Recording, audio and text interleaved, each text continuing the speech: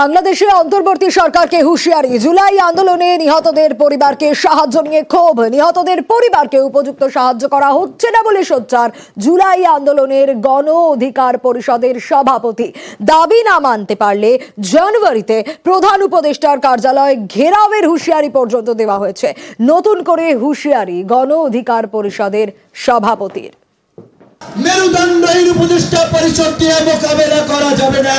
আপনারা যদি সহায়তা দিতে ব্যর্থ হন, জানুয়ারিতে আমরা প্রধান উপদেষ্টার কার্যালয় ঘেরাও করবো। কানে পানি যাচ্ছে না, জানুয়ারি থেকে কানে পানি যাবে। যখন প্রথম উপদেষ্টা পরিষদ গঠন হয়েছে তখনই মানুষ হতাশ হয়েছে। দ্বিতীয় দফা আবার বর্ধিত করা হয়েছে, সেটা দেখে আরো মানুষ বেহুশ হয়েছে।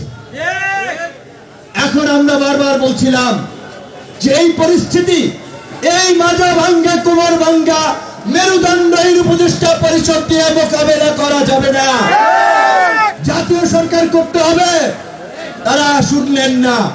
এই জুলাই বিপ্লবে ফ্যাসিস্ট হাসিনার পতনকে কেন্দ্র করে আমাদের মধ্যে যে জাতীয় ঐক্য তৈরি হয়েছিল, আজকে সেই জাতীয় ঐক্য এখন বিভক্ত হয়েছে।